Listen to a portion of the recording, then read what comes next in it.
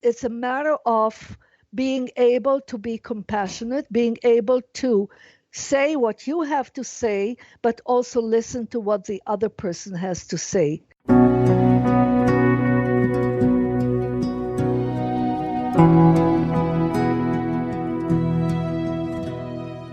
Welcome, friends, to the third season of Heart to Heart with Michael, a program for the bereaved community.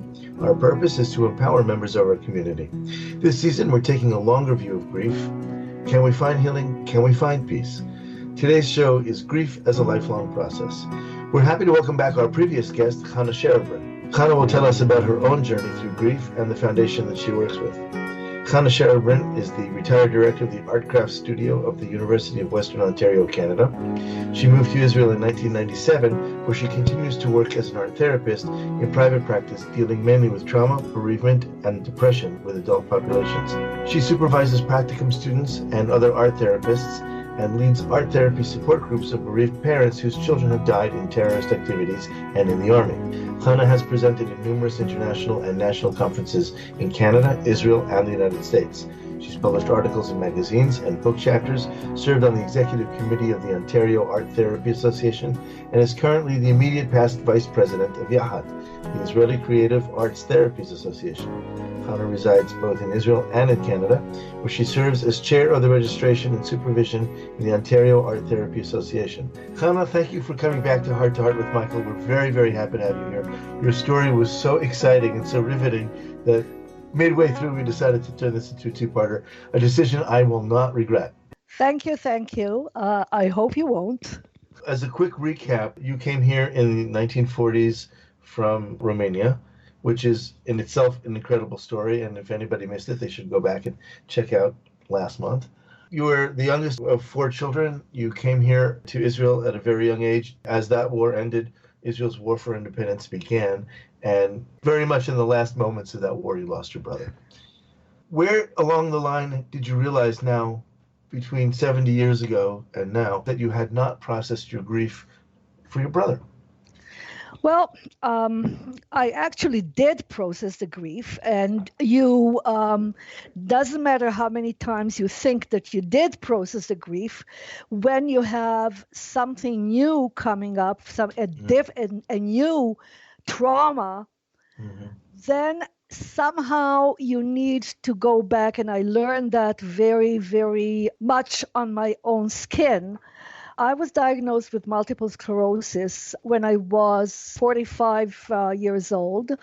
And I decided at that time I already was an art therapist, and I already worked at the University of Western Ontario. And I decided to go to one of my mentors, who was a very well-known art therapist in London, Ontario, and process my new grief with her about my fear with what will happen with multiple sclerosis. And I had friends that I've known that have really their life as it was before ended, and so sure. I was really scared. My husband hugged me and said that he'll never leave me, and that was a very nice thing, and who's something that I appreciated. But I really wanted to process it, so I went back to Irene Dudney, and she, like the wonderful therapist she was, asked me to draw a picture of my family. Well, at that point, I had 3 children. They were fairly well grown, and I had my own family. And I concentrated on drawing, on pretty well showing her that I know how to draw, and I didn't pay attention to what I'm drawing. And when I finished drawing, what I actually did was me as a young child sitting on my mother's lap, my father sitting beside us, and at the side, my brother with his kit bag standing on the side, the same way as I remember him from the last time I've seen him, saying goodbye to him before he went back to the army. I was shocked. Yeah. I really was shocked. And that's when Irene turned to me and said, you always have to go back to the last trauma and continue and finish processing that before you continue and process the new trauma. Now, And for the people who didn't catch it last week, that's about 40 years after he died. You made a picture of you on your parents' lap and everybody else, and he's off to the side. So clearly, yes, you haven't brought him back in yet. not just that, my sister was not in the picture. And that was very, very obvious because she really never was in the picture for me. So it all of these things, you know, they come out, they come on the paper, they come out without us realizing. And this is a power of arts. This is the power of art therapy because it bypasses our conscious thoughts of, you know, all the time when we speak, we actually unconsciously say, oh, no, that I don't need to say, yes, that I do need to say, maybe I shouldn't say that, and so on and so forth. When we put down something on the paper, it just is down. And then we can look at and figure out why and how we put it down.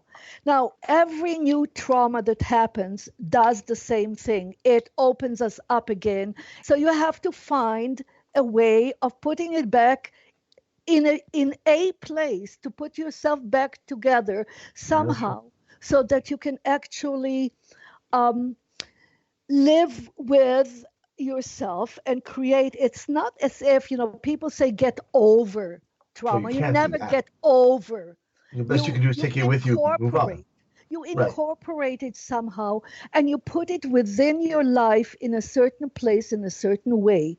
So sometimes it's a little bit in the foreground, sometimes it's a little bit in the background, sometimes you don't see it, sometimes you see it, and sometimes you remember things that come to light sometimes in your regular day-to-day life.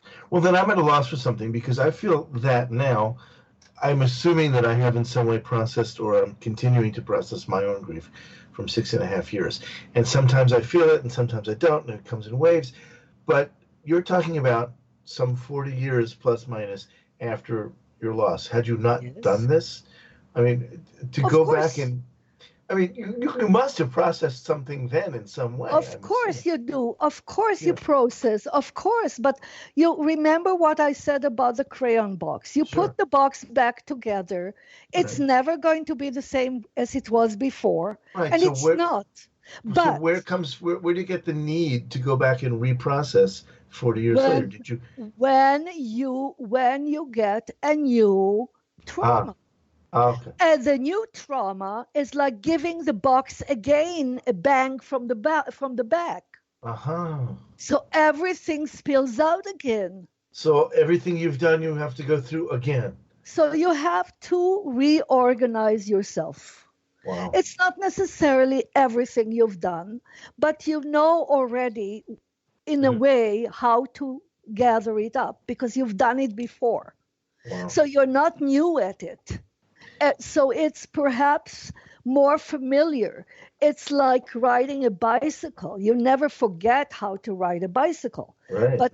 But you know, if you fall off a bicycle, you get back on and you but there's that moment of rebuilding, sure. And if you fall again, you again have to remember how you got back on the bicycle again. But maybe it's a little easier.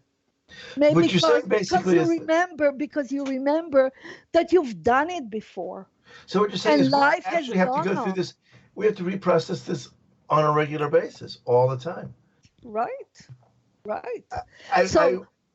We tend to be more hopeful than that on this program. No, I think it's very hopeful. I disagree with you. I think it's very hopeful because what it says is that now we understand and we know that from our past experience, that there is life, that we can do it, that everything is, that we have good experiences from after, and we can rely on those, and we can say, I've been able to do it before, I can do it again.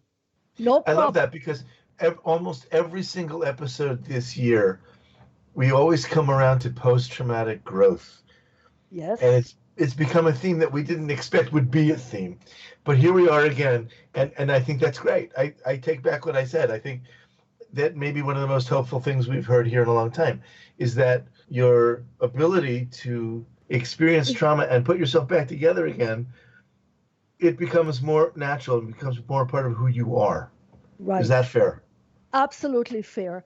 And not only fair, it really makes you grow from it and become a different person. And perhaps, in my opinion, I mean, not everybody has to agree with me, but a better person, because you learn more compassion. You learn more to listen. You learn more to realize that other people go through. Doesn't matter if it's your trauma. You don't judge somebody else's trauma. You Yeah, it don't makes you more. compare. You don't compare your trauma to somebody else's trauma, because everyone's trauma is a very, very personal thing. Sure. But it And does make you more resilient over time. it does make you more resilient every time. Absolutely.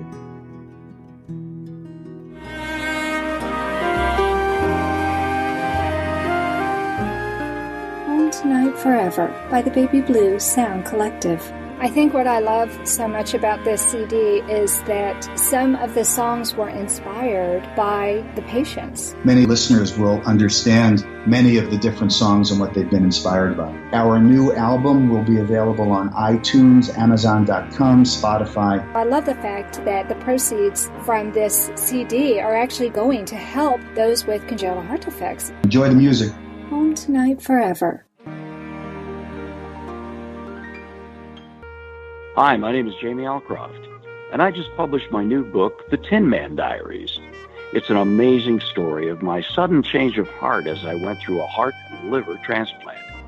I can think of no better way to read The Tin Man Diaries than to cuddle up in your favorite Hearts Unite the Globe sweatshirt and your favorite hot beverage, of course, in your Hearts Unite the Globe mug, both of which are available at the Hug Podcast Network online store, or visit heartsunitetheglobe.org. You are listening to Heart to Heart with Michael. If you or someone you know would like to be a guest on Michael's program, please email him at michael@hearttoheartwithmichael.com. Now, back to our program. Chana, tell us about the foundation that does retreats and the work that you do.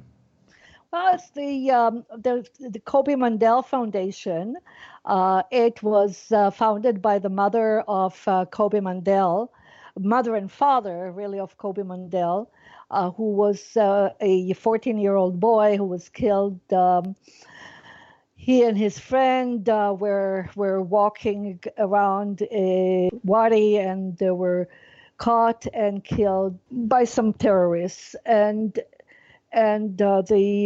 his mother wrote a book, a very, very nice book, The Blessing of a Broken Heart, which I recommend. And the foundation is dealing with children and youth of bereaved families from terrorist attacks, and for bereaved mothers whose children were lost and whose husbands were killed as well. So some of these retreats have been going all in different places in the country.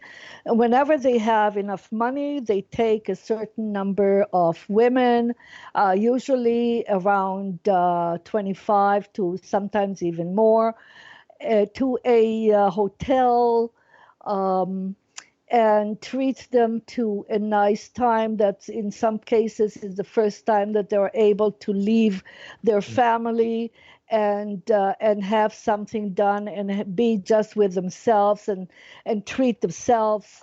And there are usually it's for 2 days, and they get all the meals and the rest, and they meet each other, they learn. They have a social worker, a psychologist, a art therapist, which was myself, a movement and dance therapist, and a massage therapist, because some of these women have not had anybody really deal with, hug them or touch them, and it's a very important thing. Massage is very important, and they each get a treatment, and we have groups now. These groups are a beginning, really, a get together and a start of something that will happen later when they have support groups that meet fairly regularly once a month or something like that in various places in the country. I think that is a wonderful, wonderful way of bringing people together and giving them time to actually start processing. It usually takes people 4, 5, 6 months after the event, and not right soon after, to come together and start processing. Now, these people usually get some individual support and individual therapy at home beforehand, but they don't really get to know other people. And this is a very important part, that they see other people that are going through something similar to what they are going through. It's never exactly the same, but if you know that there is a saying in Hebrew, I don't know how to translate it, maybe you can translate it, Tzarat Rabim Chatzi Nechama. It means group troubles are only a half of a consolation. The truth is, you can't really know what the other people are going through. The best you can do is share or maybe empathize. And it's nice to know that other people are listening. It's nice to know that other people understand you. But it also takes into account that everybody's loss is personal. And as much as we have certain lines within ourselves and within our friends and neighbors that are similar, we can relate, but we can't fully understand.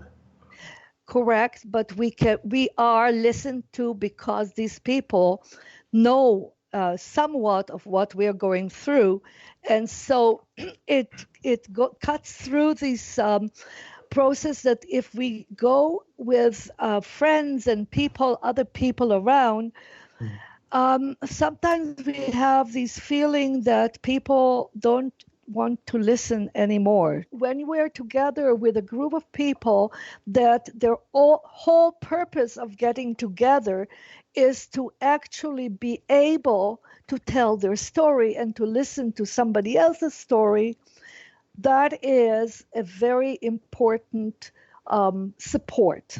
I think, because, we've all been there when people say, well, get on already. Thanks. That's not really supporting people. But when you go to a place where everybody is there to talk, then everybody is also there to listen, and that's great.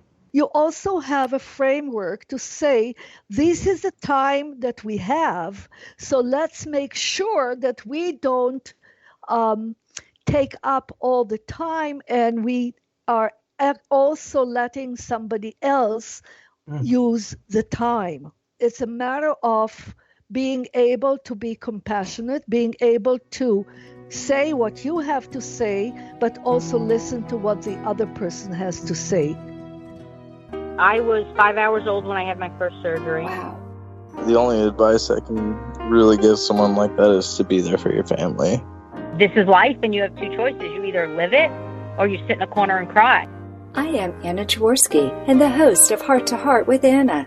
Join us on Tuesdays at noon Eastern Time on Spreaker or Blog Talk Radio. We'll cover topics of importance for the congenital heart defect community.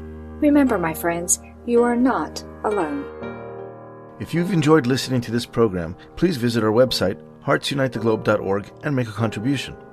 This program is a presentation of Hearts Unite the Globe and is part of the Hug Podcast Network.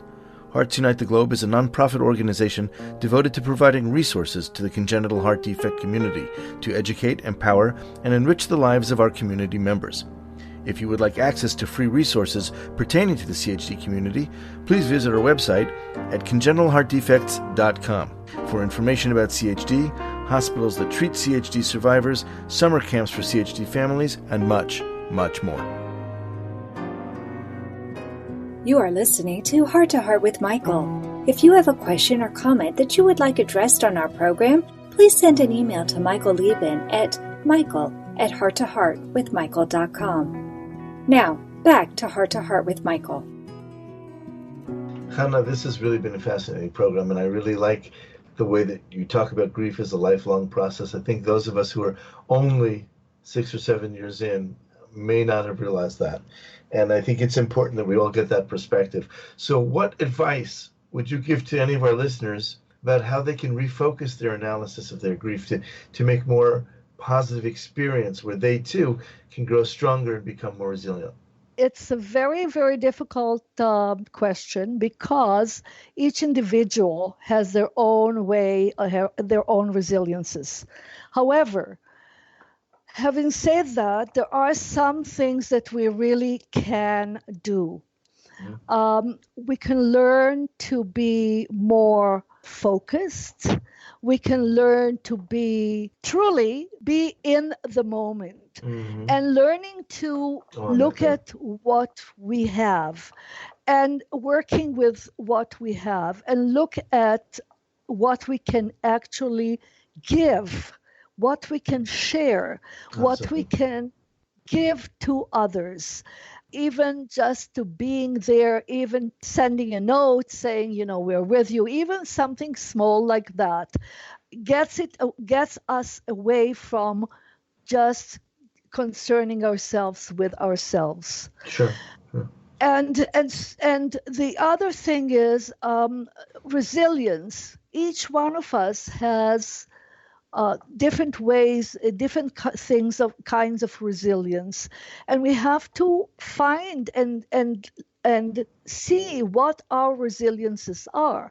With some people, I know that if they're upset, they can go for a long walk, and they can get back to their rhythm, or they can go to the gym, or they can swim. I mean, I use water a lot. I love water. I remember the person who was so upset and so much in the hospital, and they thought he's going to be dying, and he immersed himself in funny films and laughter and jokes.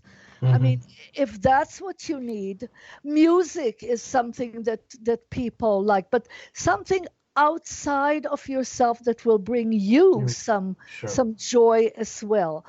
Something that will give somebody else joy, somebody else help, and something that will give you some help, some joy, something to actually soothe and improve your feeling of being alive and being, active. We need to open up and be aware of, A, we're not alone in this world as much as we think we might be at that moment, and B, there's a certain existence that requires us to come out of that shell. If you laid it out perfectly, you said that you have to sort of come out of yourself and be less self-centered and move into the world. And I think that's a great thing. A lot of people, that's where they have trouble. A lot of people will tell me in the first year they couldn't even get out of bed.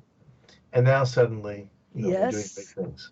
Well, the thing is that if they have somebody besides them that will tell them, let's go and do something.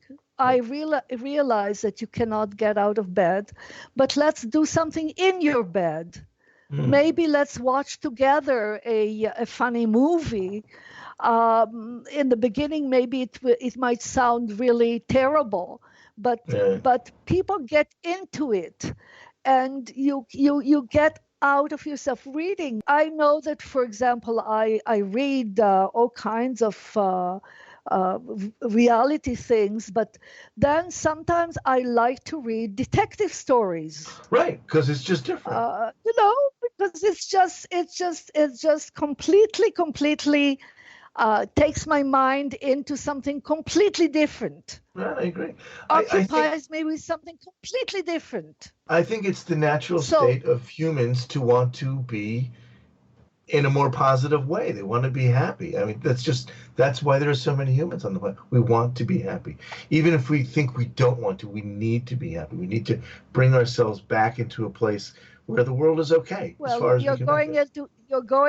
you're going into a philosophical thing of what is happiness, and I don't think that the program is the capacity of the program is to start the philosophy of happiness. Yeah, we need to connect.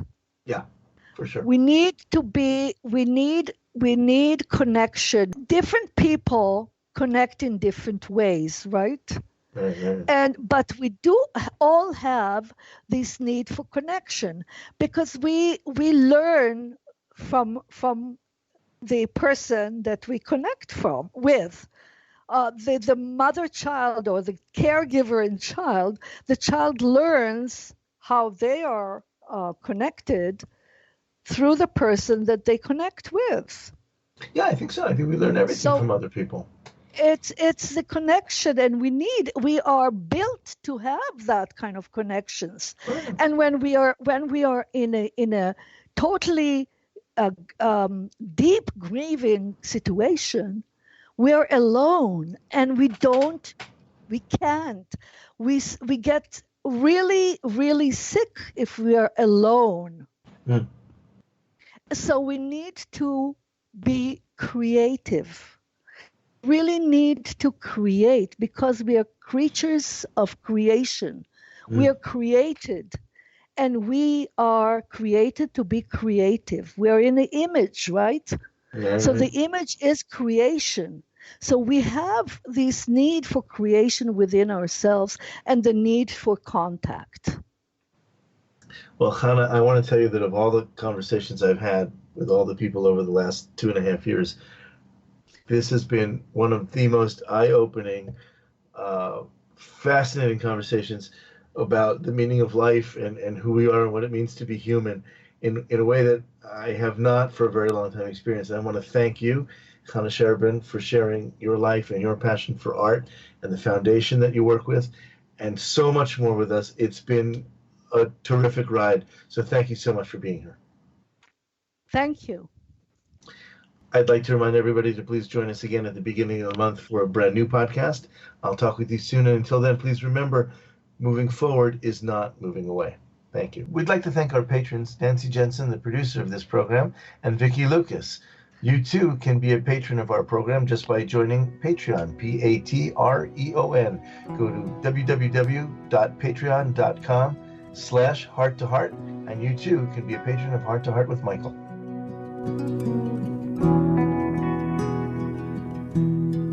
Thank you again for joining us. We hope you have gained strength from listening to our program.